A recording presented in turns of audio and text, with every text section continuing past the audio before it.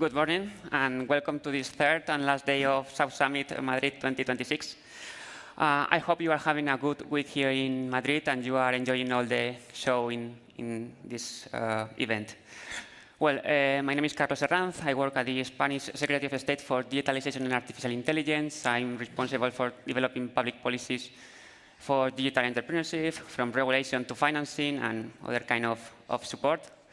But in today's panel, we will talk about Europe. We will try to analyze where Europe stands right now when we talk about the European startup ecosystem.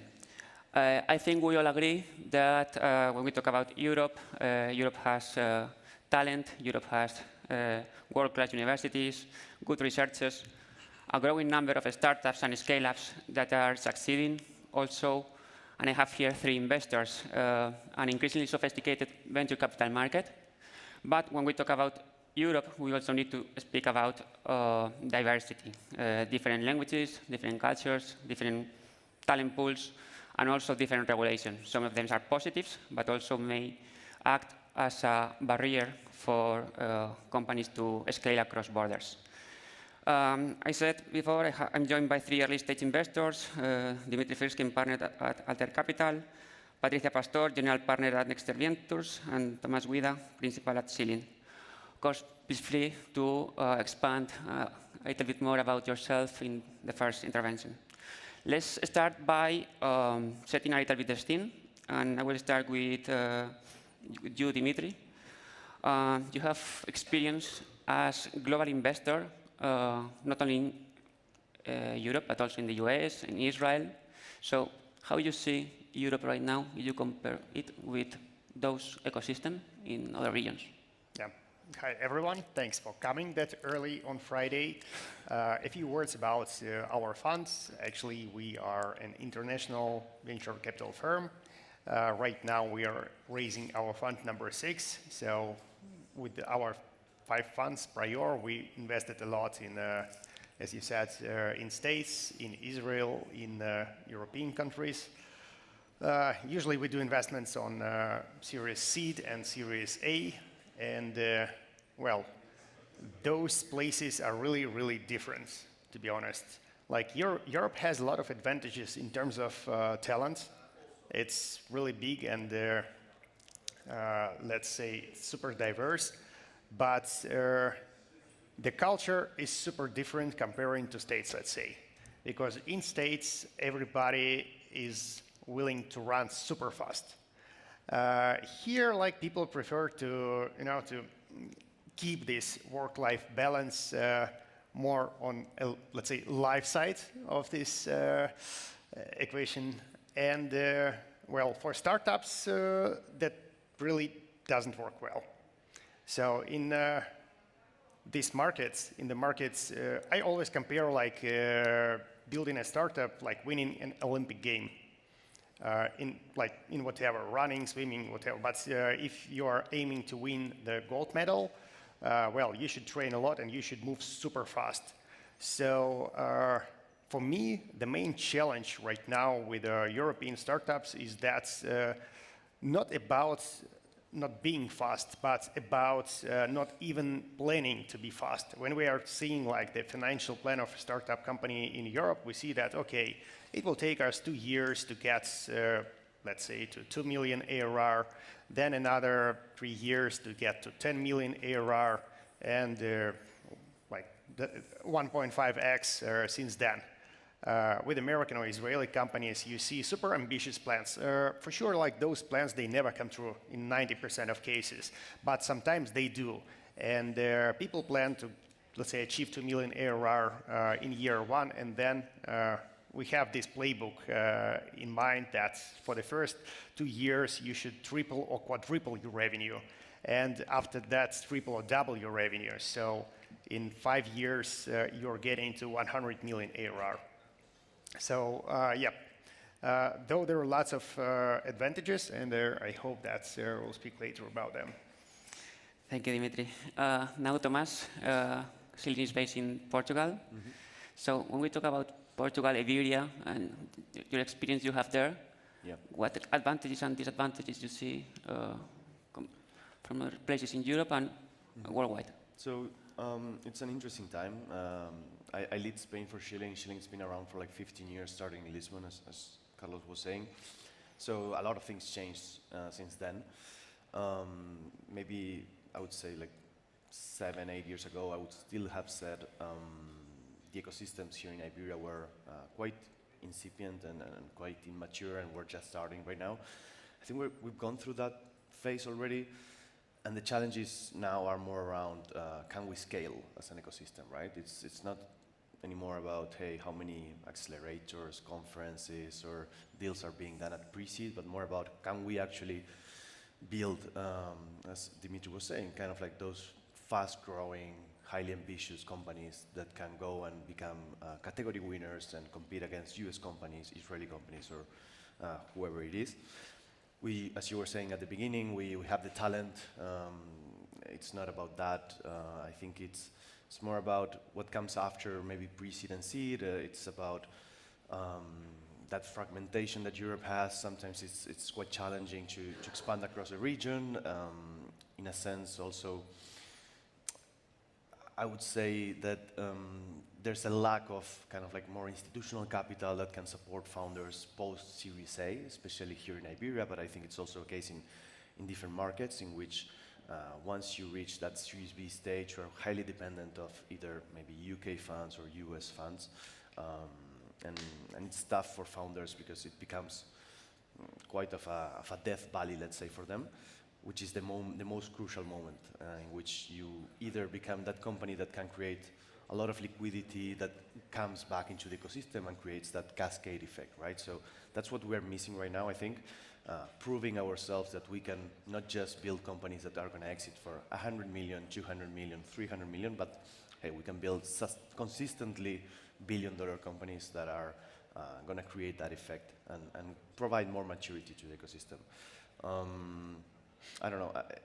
I think Europe, it's quite underestimated in the sense of it's becoming a meme, let's say, sometimes that we over-regulate stuff. But I think it can become also our strength in that sense. Right now, AI, it's coming across different industries. Some of them are highly regulated, right? And maybe if we can align incentives in the proper way, we can create opportunities for startups in healthcare, financial services, industrial sectors where complexity and the complexity of technology meeting the real world it's really high, and regulation is always going to be there. And hey, maybe we can leverage what we've done in the past to actually make it more of a platform for startups. Great. Patricia, next year invest in AI-driven companies. How you see Europe in this AI race that we've been living from some years? Well, there is an after and before. We was the first AI native VC regulate here in Spain. And it was incredible because it's our third fund. And in the past, we invest more in industrial AI, but we see, because we have a board specialized in product AI and in San Francisco, in big companies as Microsoft or Meta or IBM, and we have seen that it was a new wall, a new wave. And when we started in 2023, I remember I was in London taking beer with the CEO of Revolut, and I say, are you sure? Are you sure an AI fund only focused on AI? Because they realized in AI with cybersecurity of something very niche, no? And some months after, ChatGPT appeared, and it was crazy, no?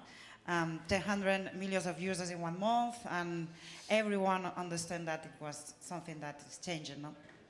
Then we start 30 million fund, and it was incredible because it's a different culture, no? When you are in fundraising in a fund of AI, that is something very new for investors and something that they are moving fast and they don't understand very well, no, what is happening, no? Because every day, every week, every month you have news about the impact in the markets and the adoption of AI.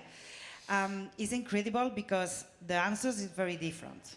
Here in Spain or in Europe, the answer is how many companies will death in your portfolio. In US is how many companies will return the money, no? because when you invest in VC, it doesn't matter, it's a pity, but it's like that. You invest, for example, in our case, in 30 companies, and it's sure that is innovation, is risk, and is progress. And we know that companies in our portfolio, we don't be the same as others, no? Because we have the tier 1, the tier 2, the tier 3 in our portfolio. And we know that the tier 1, we give feedback and return the money of the fund. And maybe tier 2 and tier 3, we don't so fast that tier 1 companies in the portfolio. But it's like that, no? It's the money, and that's work like that, no? And you are not so worried because the entrepreneurs that you invest is entrepreneurs that today they are building something new, but if they fail, they are building something new 2 years after, and you respect it because it's people that are very curious, interested to build, and they are builders in their essence, no? And it's okay. It's something that does work, no? And you have created something in a new wave of AI, and the market now is crazy. It's faster and is binary, no? Is red or black, and it's like that. And as managers, the first of all thing that when we invest in teams is they have the way to pivot, no? And the way to change it, no? And they have this attitude for the change, and that's important. And it's true that here in Europe we are more comfortable in this way, no? And more conservative with the money when we invest, and it's natural. But in US they are more averse to the risk, and they understand very well that that happened today is an opportunity. For Europe is fear. You know, is what will happen with our work, what will happen with our companies, and I think that we are in a new world, and we need to understand this new world, and we need to adapt our companies to this new world. And if not, is like a bad effect, no?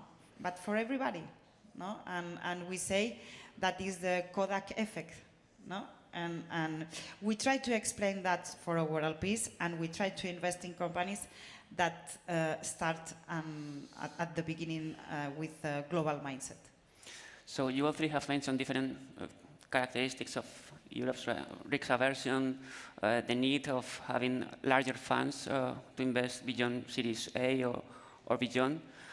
Let's try now to move into specific things. I would like to ask you, Dimitri, about the lack in Europe of a harmonized framework for incorporating a company. Is it really a barrier? And how you see this 28 regime, EU Inc., that is being proposed at European level? It can help really entrepreneurs and startups to scale across borders? Well, if I got your question right, you're asking about liquidity. Sorry? Are you asking about liquidity, sorry? Well, no, I mean, I was asking about the lack of a harmonized framework to incorporate a company. So sure, sorry, yeah. 27, European Union has 27 different frameworks, so this makes it difficult to scale. Sorry, my bad, yeah. Well, that's the problem number 2, maybe, but it's easy to solve, honestly.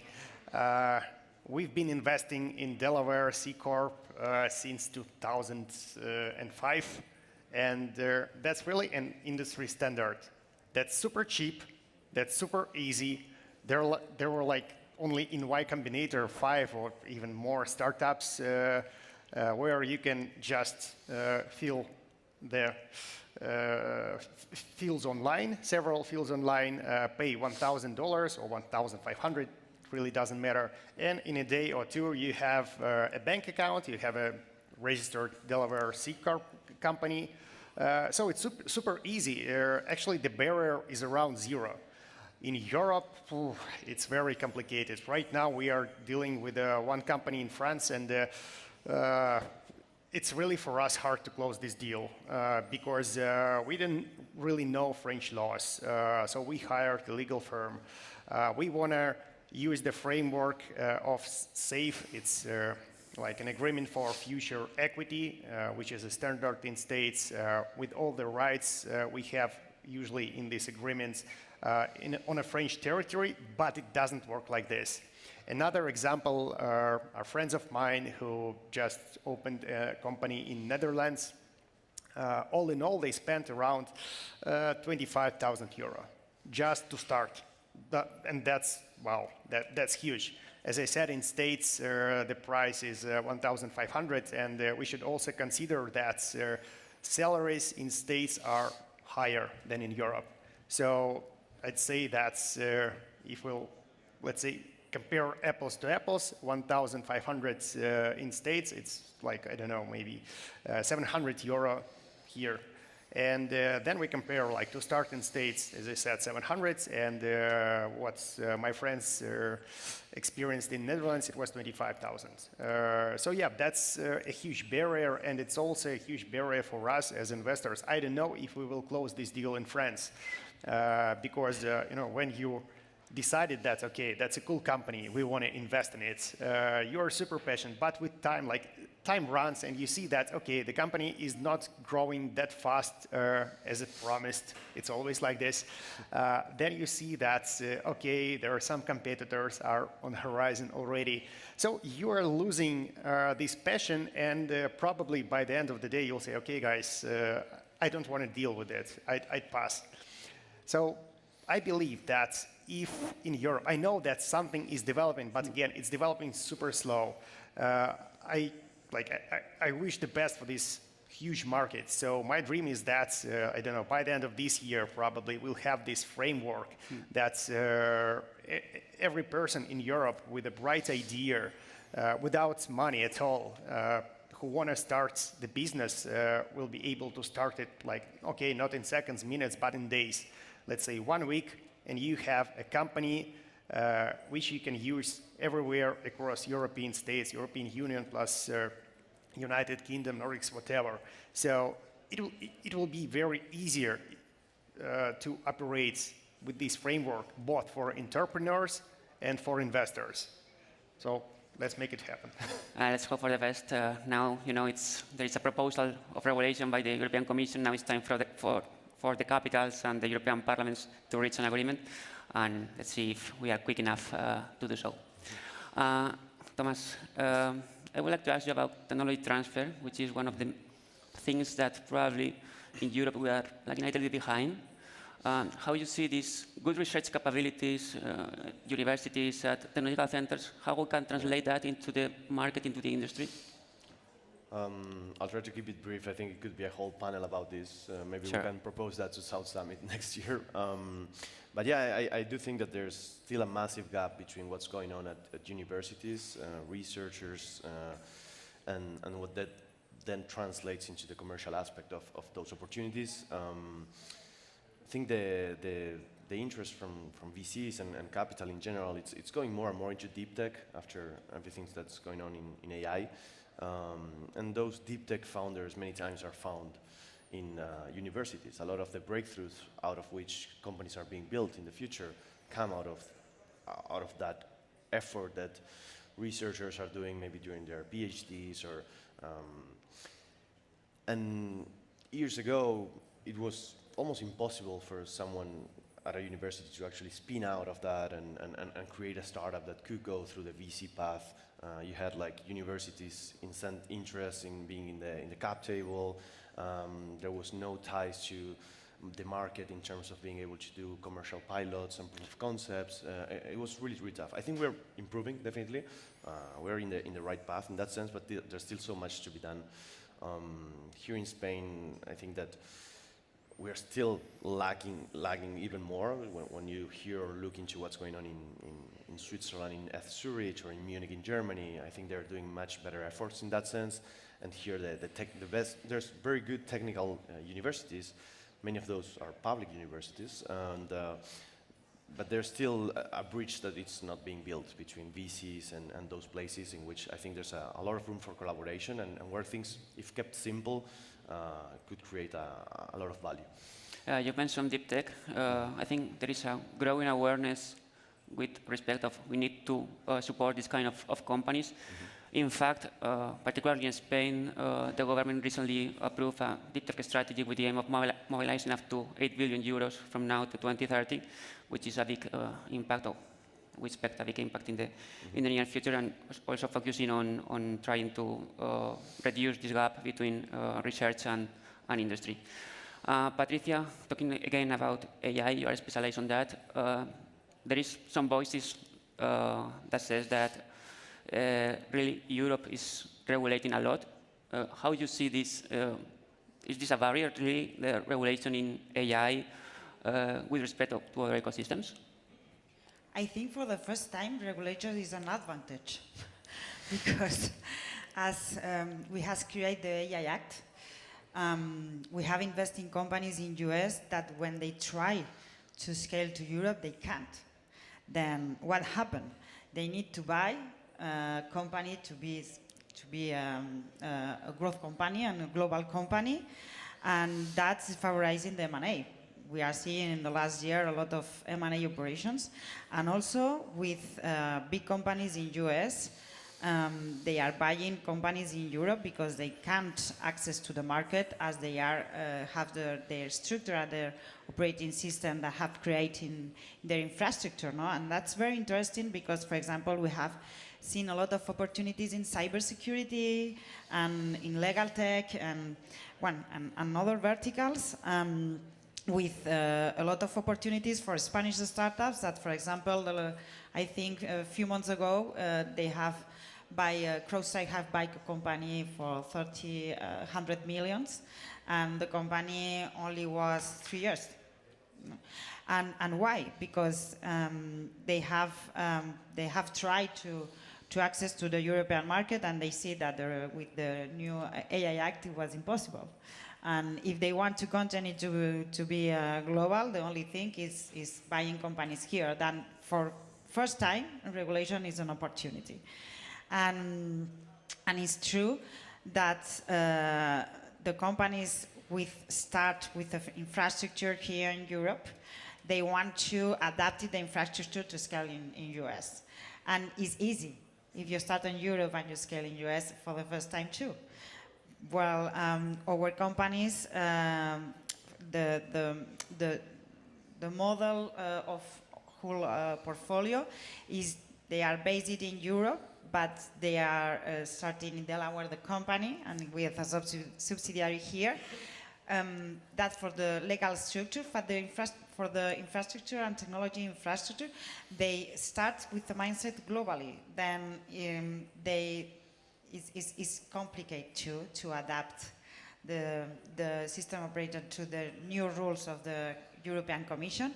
But one time that you have done the work, it's easy after, and you have an opportunity for other markets, no, out of Europe. And I think at first, now when all the players we have seen this kind of regulation start by, we were very angry. We have thought that another problem, another inconvenience to start in Europe. And now after, we have seen that is an advantage and an opportunity, and it's favorizing the market. Well, we've talking about there is some barriers. Also, you mentioned the regulation is in favor of startups.